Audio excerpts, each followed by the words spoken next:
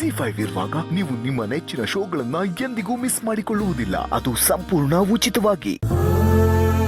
ಹೌದಾ? Okay okay sir, ನಾನು check ಮಾಡ್ಕೊತೀನಿ.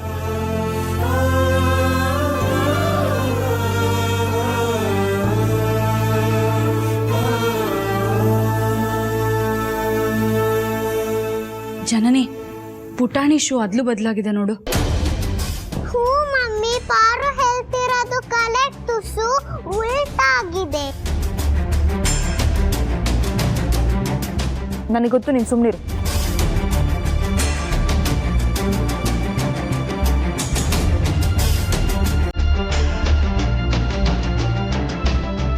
ಸರಿ, ಎದ್ದೇಳು, ಟೈಮ್ ಆಯ್ತು, ಬಾ ಬಾ ಬಾ ಬಾ.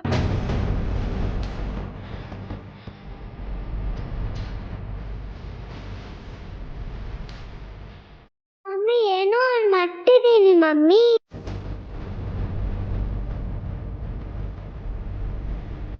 ಹೇಗಾದ್ರೂ ಮಾಡಿ ಮಗು ಪಾರ್ವತಿಗೆ ಮುತ್ಕೊಡೋದನ್ನ ತಡಿಬೇಕು. ಹಾಗೆ ಜನನೇ ಮಗು ಮುತ್ಕೊಡೋ ಥರ ಮಾಡಬೇಕು.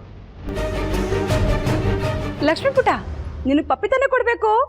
ಜನನಿ ಪುಟ, ಮಗು ಪಪ್ಪಿ ಅಂತ ಕೊಟ್ಬಿಡು. ಮಮ್ಮಿ ನಿಂಗೆ ಪಪ್ಪಿ ಕೊಡ್ಬೇಕಾ?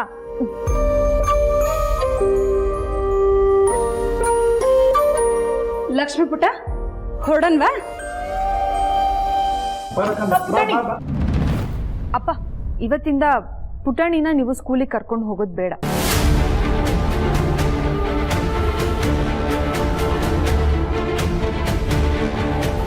ಇನ್ಮೇಲೆ ನಮ್ಮ ಚಿಕ್ಕಮ್ಮನೇ ಪುಟಾಣಿನ ಸ್ಕೂಲಿಗೆ ಕರ್ಕೊಂಡು ಹೋಗೋದು ಕರ್ಕೊಂಡು ಬರೋದು ಮಾಡ್ತಾರೆ.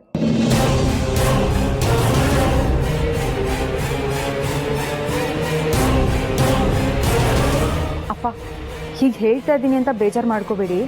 ಅದು ನಮ್ಮ ಚಿಕ್ಕಮ್ಮಂಗೂ ಮಗು ಜೊತೆ ಹೆಚ್ಚಿಗೆ ಸಮಯ ಕಳೆಯೋದಕ್ಕೆ ಆಗ್ತಿಲ್ಲ ಅಂತ ತುಂಬ ಬೇಜಾರು ಮಾಡ್ಕೋತಾ ಇದ್ರು.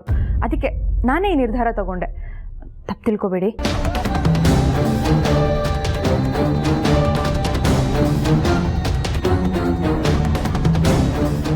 ಇಲ್ಲಮ್ಮ, ಬೇಜಾರೇನಿಲ್ಲ, ಪರವಾಗಿಲ್ಲ ಬಿಡು.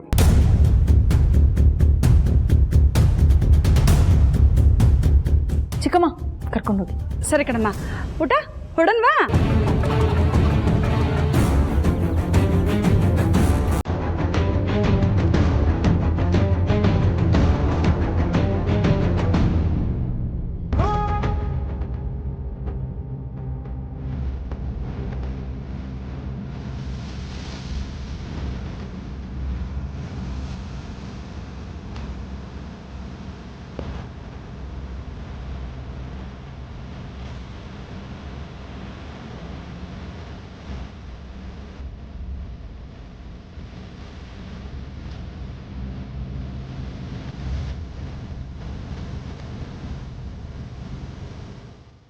ಹೊರಡೋಣ.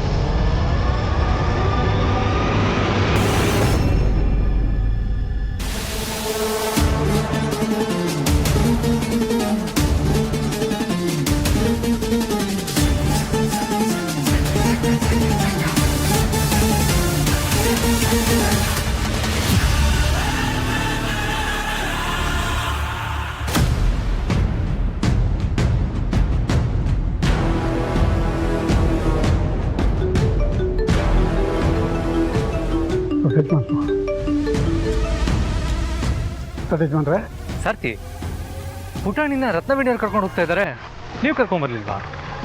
ಅದು ಬರೋಕ್ಕಾಗಲಿಲ್ಲ ದೊಡ್ಡ ಯಜಮಾನ್ರೆ. ಅದೇ ಯಾಕೆ ಅಂತ?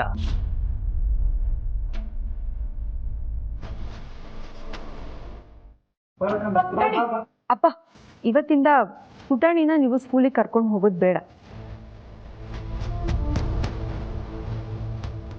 ಇನ್ಮೇಲೆ ನಮ್ಮ ಚಿಕ್ಕಮ್ಮನೇ ಪುಟಾಣಿನ ಸ್ಕೂಲಿಗೆ ಕರ್ಕೊಂಡು ಹೋಗೋದು ಕರ್ಕೊಂಡು ಬರೋದು ಮಾಡ್ತಾರೆ. ಅಪ್ಪ, ಹೀಗೆ ಹೇಳ್ತಾ ಇದ್ದೀನಿ ಅಂತ ಬೇಜಾರು ಮಾಡ್ಕೋಬೇಡಿ. ಅದು ನಮ್ಮ ಚಿಕ್ಕಮ್ಮಂಗೂ ಮಗು ಜೊತೆ ಹೆಚ್ಚಿಗೆ ಸಮಯ ಕಳೆಯೋದಕ್ಕೆ ಆಗ್ತಿಲ್ಲ ಅಂತ ತುಂಬ ಬೇಜಾರು ಮಾಡ್ಕೋತಾ ಇದ್ರು. ಅದಕ್ಕೆ ನಾನೇ ಈ ನಿರ್ಧಾರ ತಗೊಂಡೆ. ತಪ್ಪು ತಿಳ್ಕೊಬೇಡಿ.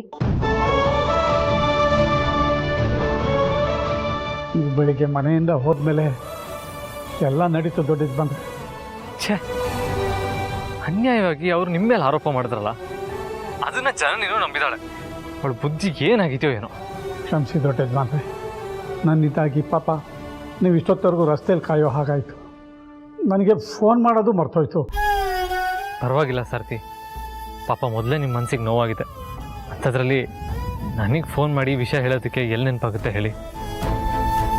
ಆದರೆ ಮನೇಲಿ ಈ ಥರ ಬೆಳವಣಿಗೆಗಳಿಗೆ ಏನಕ್ಕೆ ಆಗ್ತಾಯಿದೆ ಅಂತ ನನಗೆ ಅರ್ಥನೇ ಆಗ್ತಾ ಇಲ್ಲ. ನಿಮ್ಮ ಮಗುವಾಗೇ ಬೆಳೆದಿದ್ರೆ ಇಷ್ಟೆಲ್ಲ ಆಗ್ತಾ ಇರಲಿಲ್ಲ ಅಲ್ವಾ ದೊಡ್ಡ ಯಜಮಾನ್ರೆ? ಅದೇನು ನಿಜ ಸಾರ್ಥಿ. ಯಾಕೋ ನಮ್ಮ ಹಣೆ ಬರಹನೇ ಸರಿ ಇಲ್ಲ ದೊಡ್ಡ ಯಜಮಾನ್ರೆ.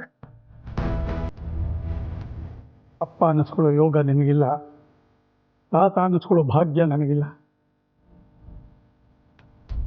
ಯಾಕೋ ಅಖಿಲಮ್ಮನವರು ನಿಮ್ಗಳ ಜೊತೆ ನನ್ನನ್ನು ಗಣಿನು ಇಲ್ಲೇ ಇರೋದಕ್ಕೆ ಕರೆದಾಗ ಒಪ್ಕೋಬಾರ್ದಿತ್ತು.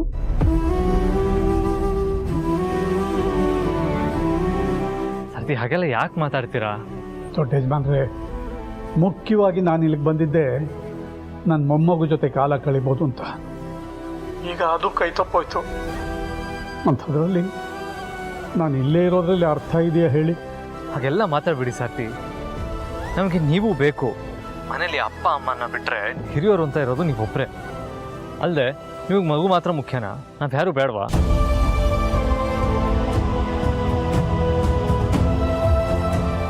ಹಾಗಲ್ಲ ದೊಡ್ಡ ಯಜಮಾನ್ರೆ, ಮೊದಲೆಲ್ಲ ನನ್ನ ನೋಡಬೇಕು ಅನ್ನಿಸಿದಾಗ ನಾನು ಈ ಜಾಗಕ್ಕೆ ಬರ್ತಿದ್ರಲ್ವಾ? ಇನ್ಮುಂದೇನೂ ಹಾಗೆ ಮಾಡಿ. ಸಾರ್ಥಿ, ನಿಮಗೆ ಕೈ ಮುಗಿತೀನಿ. ದಯವಿಟ್ಟು ಮನೆಯಿಂದ ಆಚೆ ಹೋಗೋ ನಿರ್ಧಾರ ಎಲ್ಲ ಮಾಡಬೇಡಿ. ನಿಮ್ಮ ಮನಸ್ಸಿಗೆ ಎಷ್ಟು ನೋವಾಗಿದೆ ಅಂತ ನನಗೆ ಅರ್ಥ ಆಗುತ್ತೆ ಸಾರ್ಥಿ. ಆದರೆ ಕಾಲ ಅನ್ನೋದು ಒಂದೇ ಥರ ಇರಲ್ಲ ಅಲ್ವಾ? ಎಲ್ಲ ಸರಿ ಹೋಗುತ್ತೆ. ಸಮಾಧಾನದಿಂದ ಇರಿ. ಸರಿ ದೊಡ್ಡ ಯಜಮಾನ್ರೆ, ಸದ್ಯಕ್ಕೆ ನಿಮ್ಮ ಮಾತು ನನ್ನನ್ನು ಇಲ್ಲೇ ಇರೋದಕ್ಕೆ ಕಟ್ ಹಾಕ್ತಿದೆ. ಆದರೆ ಎಷ್ಟು ದಿನ ಇರ್ತೀನಿ ಅಂತ ಗೊತ್ತಿಲ್ಲ. ಯಾರಿಗೂ ತೊಂದರೆ ಕೊಡದೆ ಒಂದು ಮೂಲೆಯಲ್ಲಿ ಎಲ್ಲೋ ಇದ್ದು ಬಿಡ್ತೀನಿ ಬಿಡಿ. ಸರಿ ಸಾರ್ಥಿ, ನಾನು ಬಂದಮೇಲೆ ನಿಮಗೆ ಸಿಗ್ತೀನಿ. ಆಯಿತು ದೊಡ್ಡ ಯಜಮಾನ್ರೆ, ಇಡ್ತೀನಿ.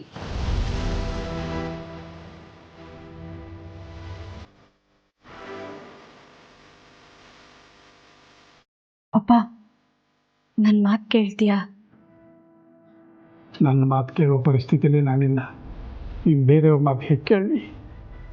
ಮೊದಲಿನ ತಾಳ್ಮೆ ಇಲ್ಲ ಈಗ. ಹಾಗೆಲ್ಲ ಮಾತಾಡ್ಬೇಡಪ್ಪ. ನಾನು ನಿನ್ನ ಮಗಳು. ನನ್ನ ಹತ್ರ ಮಾತಾಡೋದಕ್ಕೆ ನಿನಗೆ ಮನಸ್ಸಿಲ್ವಾ? ಏನು ಇಲ್ಲಿರೋದಕ್ಕೆ ಮನಸ್ಸಿಲ್ಲ. ಹೊರಗಡೆ ಸುತ್ತಾಡ್ಕೊಂಡ್ಬರ್ತೀನಿ. ಮನಸ್ಸಿಗೆ ಸಮಾಧಾನ ಆಗದೆ ಇದ್ದರೂ ಏನೋ ಒಂಚೂರು ನೆಮ್ಮದಿ ಇರ್ಬೋದು. ZEE5 ಆಪ್ ಡೌನ್ಲೋಡ್ ಮಾಡಿ ಎಲ್ಲಾ ಸಂಚಿಕೆಗಳನ್ನು ಸಂಪೂರ್ಣ ಉಚಿತವಾಗಿ ನೋಡಿ.